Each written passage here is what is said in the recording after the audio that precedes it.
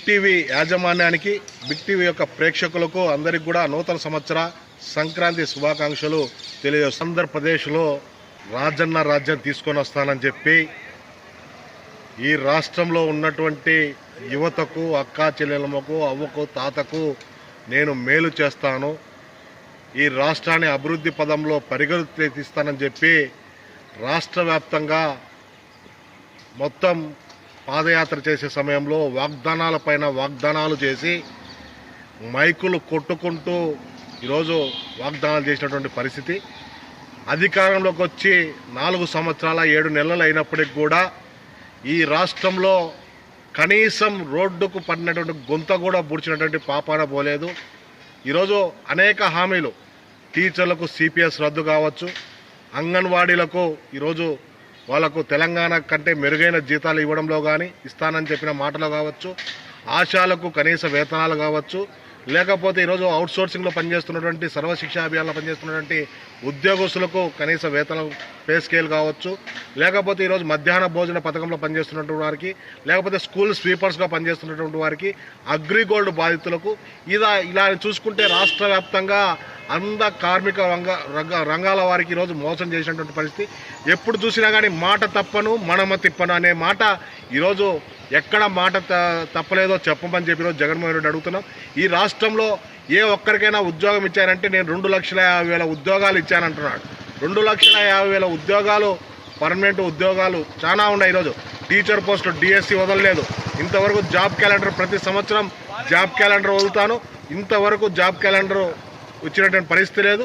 ఈరోజు మానస పుత్రికలుగా పెట్టుకున్నటువంటి గ్రామ వాలంటీర్లకు నేను మేలు చేస్తానని చెప్పాడు. ఈరోజు గ్రామ వాలంటీర్ల మెదల్లో కూడా నేను ఉద్యమం చేయాలా, నా యొక్క బతుకు కోసం, నా యొక్క జీతం కోసం నేను ఉద్యమించాలని చెప్పి ఆలోచన ఉన్నప్పటికీ కూడా ఎక్కడ పీకేస్తారో అని చెప్పి ఈరోజు వాళ్ళు కూడా ఈరోజు సమన్వయంగా ఉన్నారు. ఈరోజు రాష్ట్ర వ్యాప్తంగా రాష్ట్రంలో అన్ని వర్గాల వారు, ఇక్కడ కార్మికులు కానీ, టీచర్లు కానీ, ఉద్యోగస్తులు కానీ ఏ ఒక్కరికి కూడా మేలు చేసినటువంటి పాపాన పోలేదు.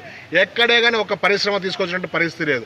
ఎక్కడే కానీ ఒక నీటి ప్రాజెక్టులకు ఈరోజు శంకుస్థాపన పరిస్థితి లేదు. జుడికోన ప్రాజెక్టు చూస్తే ఎక్కడ నీళ్ళైతే నిండు కుండలా ఉన్నప్పటికి కూడా రైతులు వినియోగించుకునే పరిస్థితులు లేదు. ఎక్కడే కానీ నీటి పారుదల ప్రాజెక్టులో కానీ, పరిశ్రమల్లో కానీ, నిరుద్యోగులు జాబ్ క్యాలెండర్లో కానీ, లేదా ఉద్యోగస్తులకు ఇచ్చినటువంటి హామీలు కానీ, లేకపోతే ఈరోజు అసంఘటిత రంగంలో పనిచేస్తున్నటువంటి కార్మికులకు వేతనాలు సవరించడంలో కానీ, పే స్కేల్ ఇవ్వడంలో కానీ ఎక్కడే కానీ అభివృద్ధి అనే మాట లేకుండా ఈరోజు వేసిన పరదాలు ఎవరినైనా కలవడానికి కూడా ఈరోజు సిద్ధంగా లేనటువంటి పరిస్థితి ఈరోజు జగన్మోహన్ రెడ్డి ఉన్నాడు.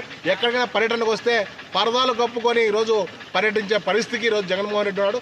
రానున్న ఎన్నికల్లో ఇతన్ని బంగాళాఖాతంలో కలపడానికి కార్మిక వర్గము, ఉద్యోగస్తులు, ప్రజలు కూడా ఈరోజు సిద్ధంగా ఉన్నారు. ఈరోజు పింఛన్లు ఇస్తున్నానని చెప్పి ఆర్భాటంగా చెప్తున్నాడు.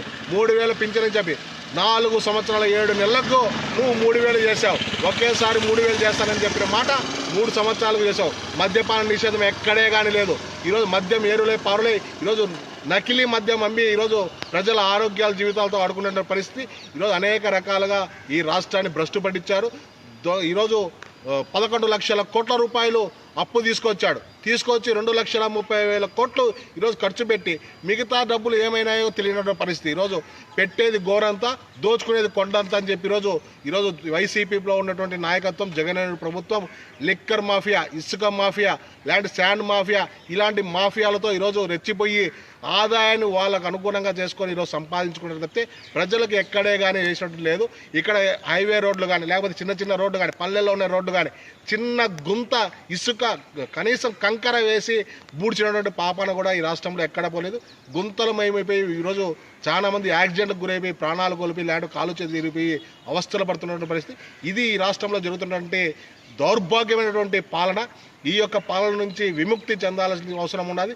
రానున్న ఎన్నికల్లో అన్ని వర్గాల వారు ఈరోజు ఇతనికి వ్యతిరేకంగా ఉన్నారు. కాబట్టి వై నాట్ 175 అంటాడు. వై నాట్ 175 కాదు, ఒక్క సీటు కూడా నువ్వు కూడా గెలుస్తావో లేదో తెలుసుకోవాలని చెప్పి ఈరోజు మేము తెలియజేస్తున్నాం.